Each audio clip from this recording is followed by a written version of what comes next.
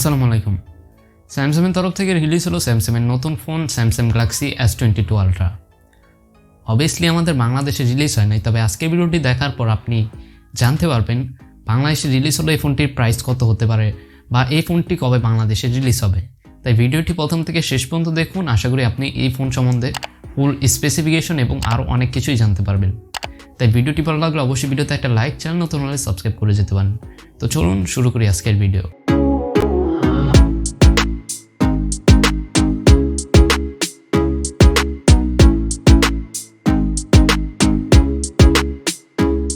ফোনটির design and build quality নিয়ে কথা বলা যায়।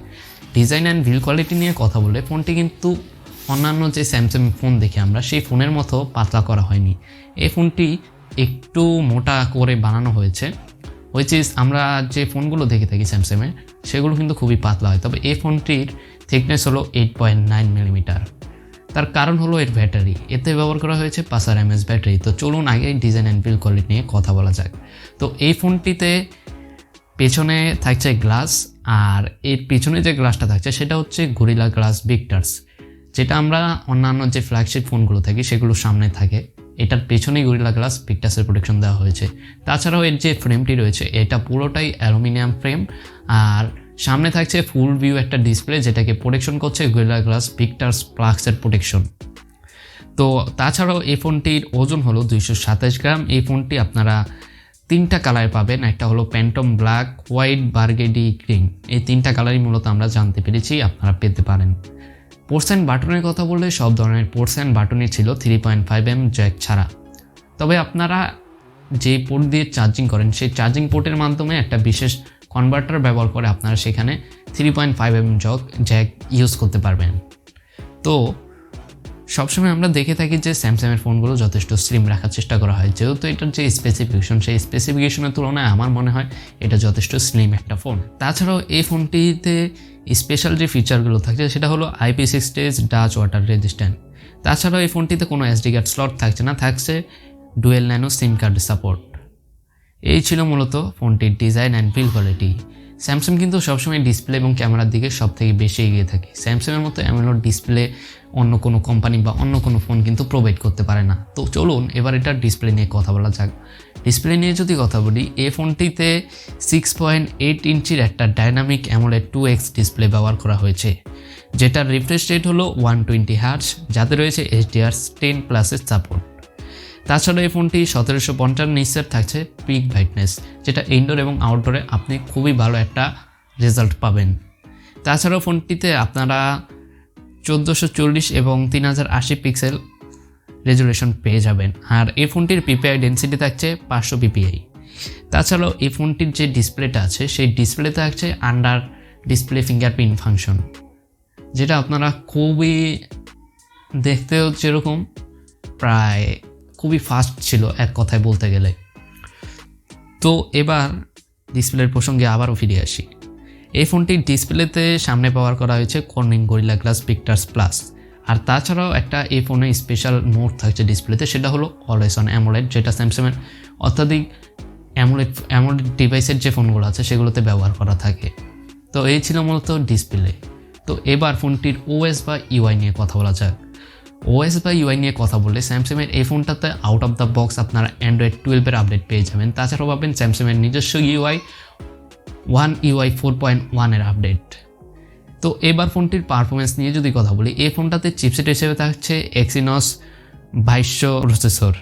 তাছাড়াও এটা ইন্টারন্যাশনাল মার্কেটে আমরা পাবো, আর US বা চায়নার যে চিপসেট ভেরিয়েন্ট থাকবে সেই ভেরিয়েন্টে এটার কোয়ালকম স্ন্যাপড্রাগন 850 স্ন্যাপড্রাগনের 1 জেনারেশনের 4 ন্যানোমিটার চিপসেট থাকবে, যেটা US বা চায়নাদের জন্য। আমি আবারও বলছি, Exynos 2200 চিপসেটটা থাকবে ইন্টারন্যাশনাল, মানে আমাদের দেশে আমরা পাবো, আর US বা চায়নাদের জন্য কোয়ালকম স্ন্যাপড্রাগন 8450 এবং স্ন্যাপড্রাগনের 8 জেনারেশনের 8 Gen 1 4 ন্যানোমিটারের চিপসেটটা US বা চায়নার জন্য বা ওই দেশের ভেরিয়েন্টে পেয়ে যাবেন। তো US বা চায়না ভেরিয়েন্ট যারা কিনবেন তারা কিন্তু এই চিপসেটটা পাবেন। তো এবার জিপিইউ নিয়ে কথা বলা যাক। ফোনটিতে জিপিইউ থাকবে ক্লিপস 920 ইন্টারন্যাশনাল এবং অ্যাড্রিনো Adreno 730 থাকবে চায়না বা ইউএসের ভেরিয়েন্টে। তাছাড়াও ফোনটি আপনারা 3টা ভেরিয়েন্টে পাবেন, 8/128, 12/256, 12/512 এবং এই ফোনটি UFS 3.1 থাকছে স্টোরেজ ভেরিয়েন্ট।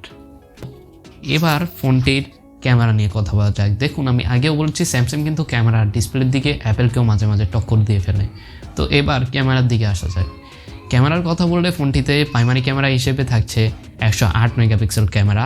4টি ক্যামেরা আপনারা পিছনে দিয়ে পেয়ে যাবেন, যেটার প্রাইমারি ক্যামেরা হলো 108 মেগাপিক্সেল, পরেরটা হলো 10 মেগাপিক্সেলের পেরিস্কোপিক লেন্স এবং 10 মেগাপিক্সেলের টেলিফোটো এবং 12 মেগাপিক্সেলের আল্ট্রা ওয়াইড ক্যামেরা। তো এই ক্যামেরাতে আপনার 8K 24 fps পর্যন্ত ভিডিও করতে পারবেন, 4K-তে 60 এবং 1080p-তে 240 fps এবং 720-তে 960 fps পর্যন্ত আপনারা ভিডিও করতে পারবেন। আর সেলফি ক্যামেরার কথা যদি বলি তাহলে সেটাতে থাকছে 40 মেগাপিক্সেলের একটা ক্যামেরা, আর সেই ক্যামেরাতে আপনারা 4K-তে 30 fps এবং 1080p-তে 30 fps পর্যন্ত ভিডিও করতে পারবেন।